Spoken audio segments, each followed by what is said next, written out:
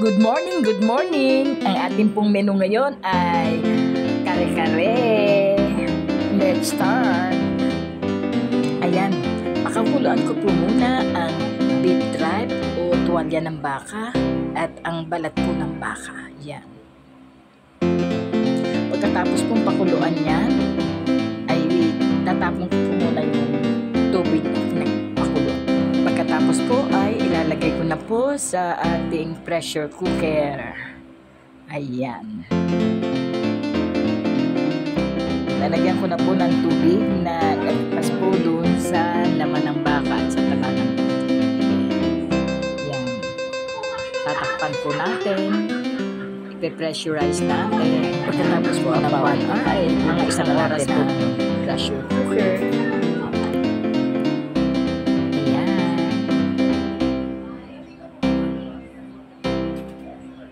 Lalagay na po natin ang sibuyas at bawang at tatakpan po natin yan at saka patis po or piso lalagyan po natin at saka lalagyan po pala natin ng paminta. Ayan.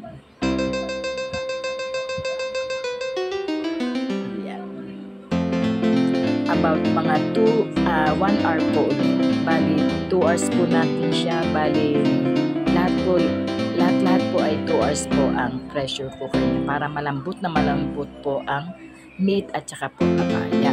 Tapos na po ang 2 hours. Siyempre, bubuksan na natin ulit. Siguradong malambot na yan. Ayan. Natuyuan na nga po yata, muntik nang masunog. Kaya nilagyan ko ng tubig na mainit para matanggal po sa pressure cooker. Para po matanggal po ng 1 hour ay bubuksan na natin ang pressure cooker. Ayan. Magluluto po muna tayo ng rice flour. Isasangat po muna natin ang rice. Lalagay na po natin ang mas masarap po yan.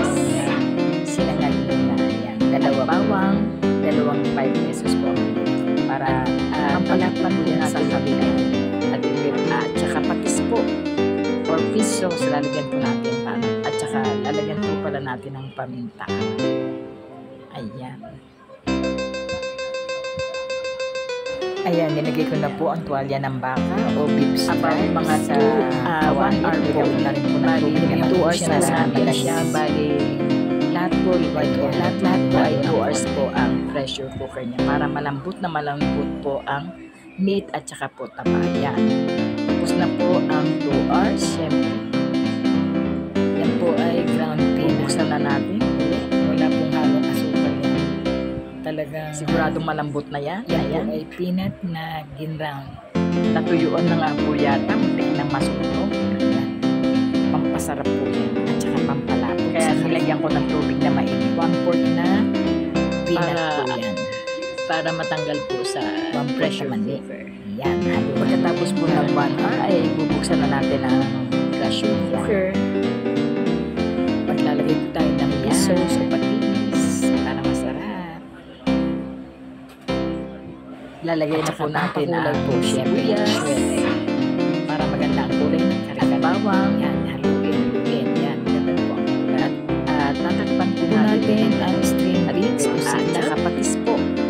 4 pesos, lalagyan po natin at saka lalagyan po pala natin ng paminta. Lalagay na rin po natin ang puso ng saging na hiniwa ko na.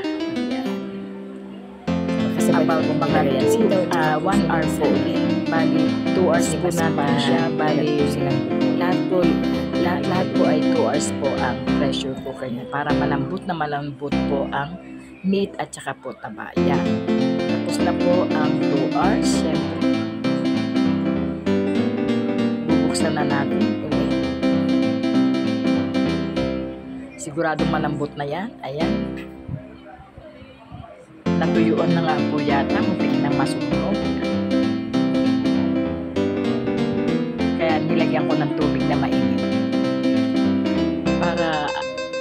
Para matanggal po sa pressure cooker.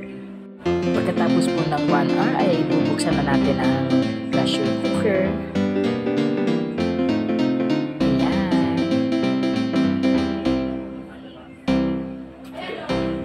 Lalagay na po natin ang sibuyas. At yung nasa gilid po, yun po yung bawang. Yan po ang kapartner ng kare-kare. Napakasarap. Suluto na po ang kare-kare. Thanks for watching my live video. Maraming pong salamat. Bye-bye. Love you all. Lalagyan po pala natin ang paminta. Thanks for watching.